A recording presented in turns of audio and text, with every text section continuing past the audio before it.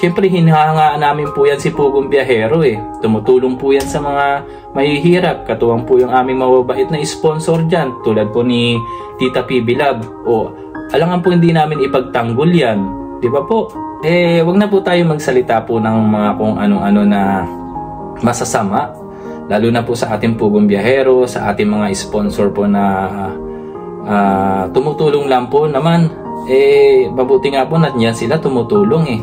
Tapos gagawa nyo pa po ng mga ganyan na sasalitaan nyo pa ng mga may hidden agenda, may itinatago, meron sa likod niya mga donation na yan. Huwag na pong ganun. Kaming nagtatagpo sa akin sa mga nangyayari, yung pagnanakaw ng PB team, mga ganun, alam nyo, tapusin na lang natin yan. Hindi na natin halongkatin. Kasi hindi naman maganda yung issue na yan na nagbibintang, diba? Ayan, nag-uusap kami ni Sir Paul, tahimik lang, sabi niya, kaya lang, just to clarify one thing po, ha? Kami po, we've been helping for so long. Ang tagal-tagal po namin tumutulong. Just honestly, ang Pugong Biyahero donation namin, we never claim it to our tax yet. Hindi ko naman sasabihin po na hindi namin i-claim. Maybe eventually. But for over a year, we never claim Pugong Biyahero. Kahit 5 centimos, wala pa. Hi mga kadudes! Kapugong Biyahero! Muling nagbabalik, Marites Dudes TV. At kung bago ka lang sa channel na to, baka naman po pwedeng makahingi ng isang subscribe dyan, please. Aasahan ko yan ha. Sa video reaction na pong ito ay re-reaction na natin yung sagot ni Tita PB Love patungkol po dito sa tax. Dahil nabanggit nga po ni Madam Beth na dito nga daw po sa mga donation na ito ay merong itinatago. Sabi niyang ganun na parang may malalim na dahilan itong mga donation na ito kay Sir Paul Pugong Biyahero. So alamin po natin yan at bigyan natin ng reaction dahil bilang isang accountant po dito sa Bahrain ay medyo may counting alam po tayo pagdating po dito sa tax declaration. So panoorin po muna natin ang sinabi ni Tita PB Love. Good afternoon, good evening kung saan man kayo lupalop ng mundo. Kumusta po yung mga OFW natin dyan? Okay, kagaya natin. Nakawa ako ng trabaho. Anyway, I'm on my way to work.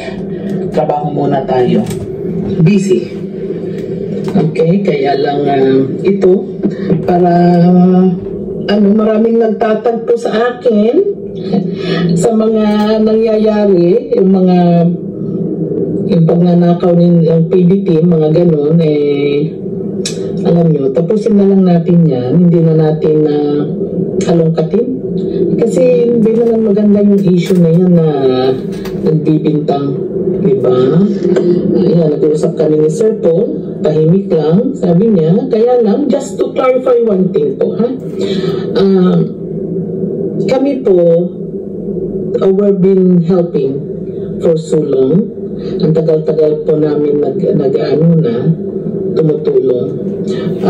Just honestly, ang Pugong Biyahero donation namin, we never claim it to our tax yet. Hindi ko naman sasabihin po na hindi namin i-claim. Maybe eventually, but for over a year, we never claim Pugong Biyahero. Kahit 5 centimos, wala pa. And as I said, I'm not dismissing na someday, kasi as having a business, talagang kailangan namin ng tax deduction. Kaya lang as of now, we're not claiming Pugong Biyahero donations, lahat ng PB donations. So yun po ang sasabihin ko, kahit anong katin nila ang IRS namin, na-claim namin, wala po kayong makikita. And we have okay, nabanggit po ni Tita PB Love is halongkatin daw po sa IRS nila. So ano nga ba yung IRS? Ang IRS po ay Internal Revenue Service doon po sa United States. Ito po yung nag-collect ng mga taxes na mga businesses at mga iba-ibang business pa dun sa United States. Sila po yung nagpapatupad ng tax law sa United States po, IRS. Sa Pilipinas naman po ay tinatawag nating BIR, which is Bureau of Internal Revenue. At dito po sa Bahrain, ang pinagsasubmitan ko po dito ng tax ay tinatawag nilang NBR, National Bureau for Revenue. So, ayun nga po, ano nga ba yung proseso sa pagsasubmit ng mga gantong tax declaration? So, iisa-isahin po natin yan mga kadudes, kapugong biyahero. Dahil bilang isang taxpayer po, natural, lahat ng income tax na natatanggap ay kailangan mo i-declare yon bilang as income, which is kailangan mo din magbayad sa gobyerno ng some amount of percentage. Sa ibang bansa po, meron po kasing mga iba't ibang rate. Tulad po sa US, based on dun sa aking research po, is 10% ang pinakamababa, up to 37% po yung percentage po nila for tax. So, sa atin naman po sa Pilipinas, meron po tayong 12% VAT. At dito po sa Bahrain ay meron pong 10%. At dito nga mga kadudes, kapugong biyahero, sa sinabi ni Tita PB Lab sa Pugong Biyahero Donation, ay wala pa siyang kiniklaim ni Singkong Duling.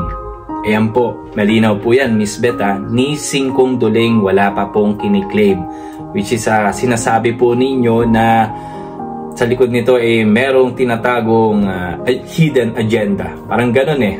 Saka ito pa po, ang mga donation po ni Tita PB Lab ay napupunta sa mga mabubuting tao po. Which is yung mga katutubo sa bundok, mga pabahay na pinapagawa ni Sir Paul. Hindi po sa masamang gawain po yung donation na pinupuntahan. Dahil ang mahirap po niyan, sa masama napupunta yung mga donation. Pero hindi po, 'di ba? Sa mga kapuspalad po na nangangailangan ng tulong na tinutulungan po ni Sir Paul Pugong Biyahero. Dito po sa Declaration of Tax po, ang charitable donation po or contribution, may limit po yan up to 60% po.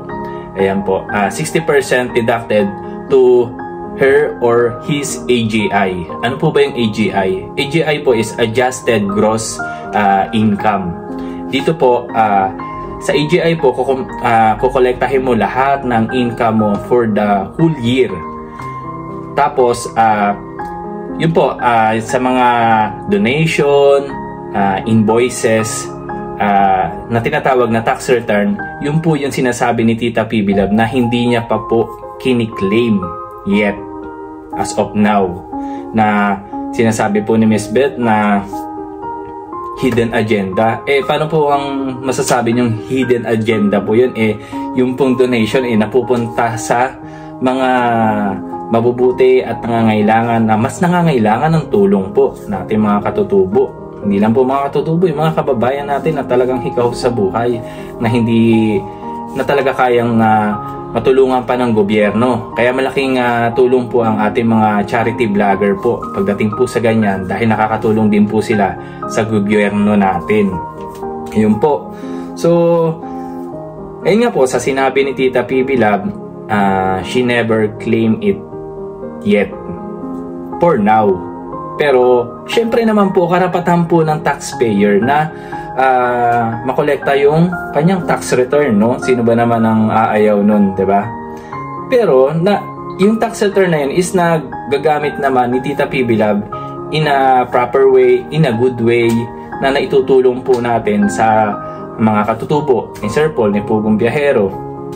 Tapos yun nga din po sa mga ibang sponsor, ganun din po siguro na nagdo-donate sila, na at the same time nababawasan yung kanilang declaration of tax, gross income, pag nagsasubmit sila ng tax sa kanilang bansa na ini-implement ng law doon. So yun po, kaya nga po win-win situation. Tapos sasabihin nyo pa po, kami nga $80,000 yung aming binabayaran . Sino naman po ba nagtanong sa inyo na magkano yung binabayaran nyo sa inyong tax, di ba po? E di mag-ano din po kayo, mag-donate din po kayo ng cash para po sa mga katutubo, para po sa mahihirap, para at the same time, o edi makaka-claim din po kayo ng tax return, o edi mababawasan po yung babayaran nyo sa gobyerno nyo po dyan sa Virginia Beach, di ba po? So yun lamang po, wag na po tayo magsalita po ng mga kung ano-ano na masasama, lalo na po sa ating pugong biyahero, sa ating mga sponsor po na tumutulong lang po naman. Mabuti nga po na yan sila tumutulong Tapos gagawan nyo pa po ng mga ganyan na sasalitaan nyo pa ng mga may hidden agenda, may itinatago, meron sa likod niya mga donation na yan. Huwag na pong ganun. Humingi na po ng tawad si Sir Paul Pugong Biyahero. Ang ibang PB team po, ayan po, si Tita PB Lab po bilang nanay-nanayan nila. Humingi na po ng sorry, nagpasensya. Dahil po sa delay yung box nyo or natabunan na po sa ilalim. So, pagka ganyan po na magdo-donate po kayo at hanapin nyo po ng ganyan, mahirap po talaga na para sa isang box po, marami pong masasaktan. Di ba po? Hanggat sa salita po kayo ng salita ng mga hindi maganda na nanggagaling mismo po sa inyong bibig po pag nagla-live po kayo. Kaya nga po sinabi po ni Sir Paul Pugong Biyahero, tigilan na po, tuldukan na po yung issue na yan sa package na yan. Kaya po ngayon yung mga kapwa ko reactor, sa inyo din po galing yung mga nire-react nila, di ba po? The more na sige pa kayo ng sige ng salita, the more na magkakaroon ng issue yung mga ganyang sitwasyon. Kaya nasa sa inyo din po yung issue na yan. Kasi sa inyo din po galing yung mga pinagre-react namin. Tulad ko ako, as a reactor po, as a supporter, kaibigan ni Sir Paul Pugong Biyahero ng ibang PB team, ako, nasaktan din ako bilang supporter. Kaya nararapat ko din pong magbigay ako ng opinion at ipagtanggol yung aking hinahangaan. Siyempre, hinahangaan namin po yan si Pugong Biyahero Tumutulong po yan sa mga mahihirap. Katuwang po yung aming mababait na sponsor dyan, tulad po ni Tita PB Lab. Alangan po hindi namin ipagtanggol yan. Di ba po? Pero labas na po si Pugong Biyahero sa aming mga hinaing, sa aming mga sinasabi. Labas po si Pugong Biyahero dito.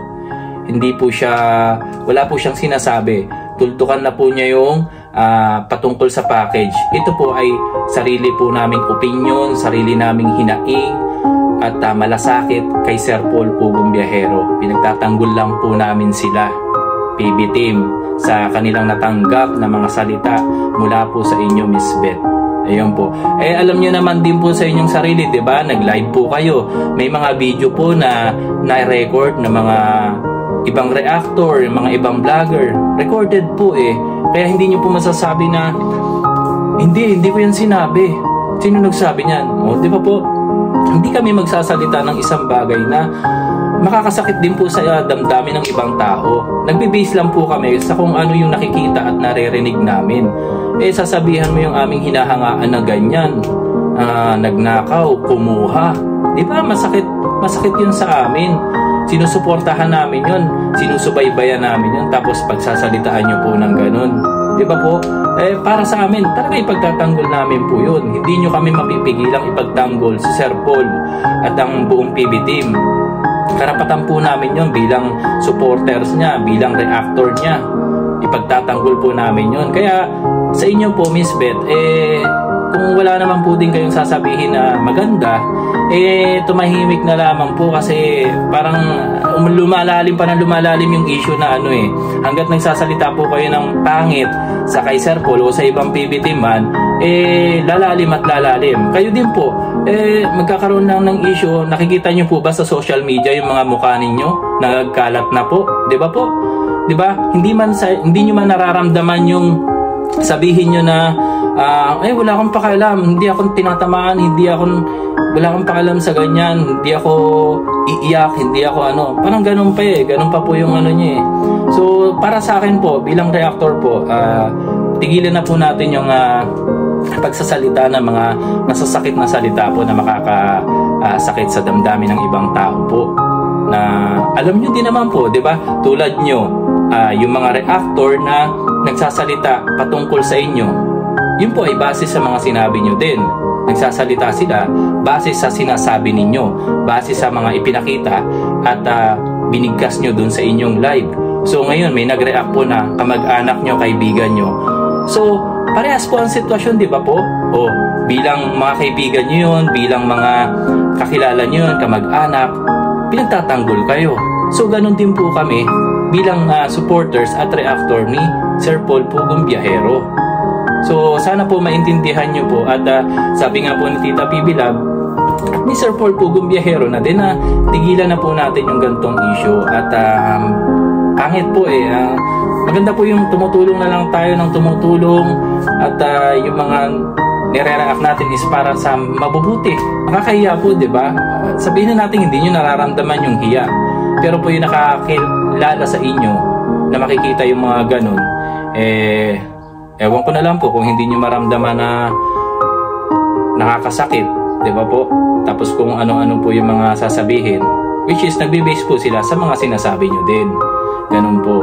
So, ako po nandito para ipagtanggol lang din yung akin sinusuportahan, si Sir Paul Pugong Biyahero.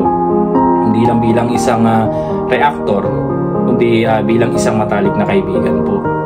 So, ayun po, Miss Beth, yun lang din po yung masasabi ko na huwag na po tayo magbitaw ng mga salita na makakasakit sa ibang tao. Nagsorry na po sa inyo, di ba? Naghingi na po ng pasensya.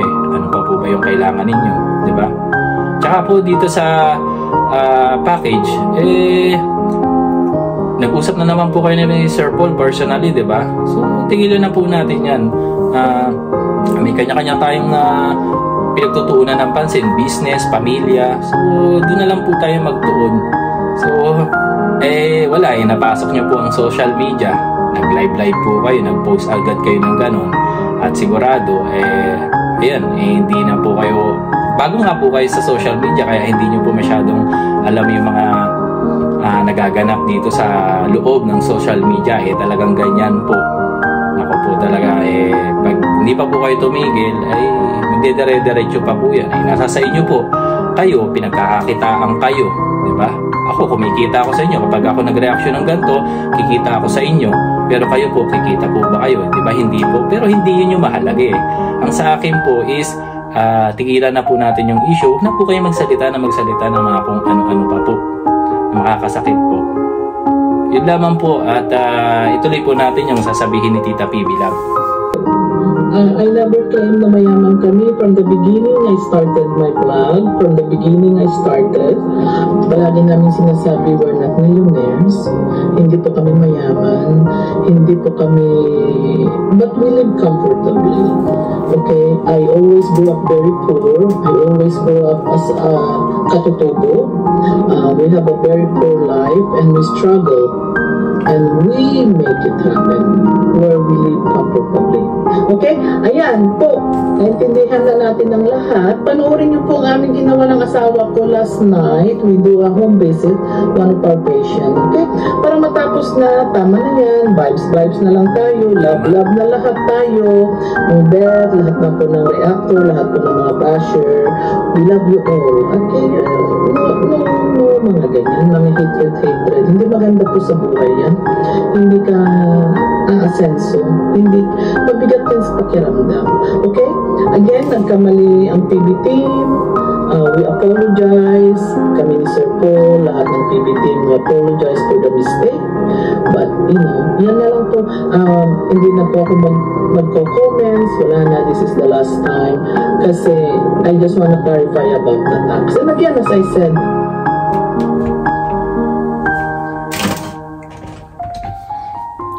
so ayan po mga kadudes, Kapugong Biyahero, narinig na po natin yung explain ni Tita PB Lab patungkol po dyan sa tax declaration na yan na hindi nga po niya kiniklaim. So malumanay naman po niyang pinaliwanag.